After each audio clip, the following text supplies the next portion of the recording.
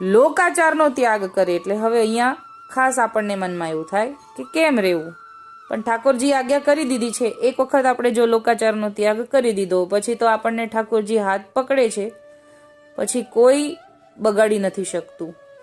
આપણને તો દેવી દેવતાઓ પણ આપણું કોઈ નથી બગાડતું, તો પછી લૌકિક તો શું બગાડવાના છે, કાંઈ ન કરી શકે. પણ એકવાર ઠાકોરજી પર ભરોસો રાખીને છોડવાની વાત છે. સાધનમાં પ્રીતિ ન રાખે, જપ તપ વ્રત કરવાની મનમાં ભાવના ન આવવી જોઈએ, એવું અહીંયા સમજાવે છે.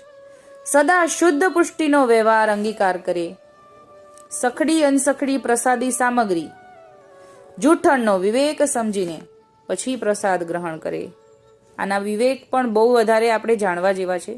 અત્યારે એક આમાં નહીં લઈ શકાય, પણ સખડીના હાથેથી અનસખડીનો સ્પર્શ નથી થતો અને પ્રસાદીવાળા હાથેથી સામગ્રીનો સ્પર્શ નથી થતો.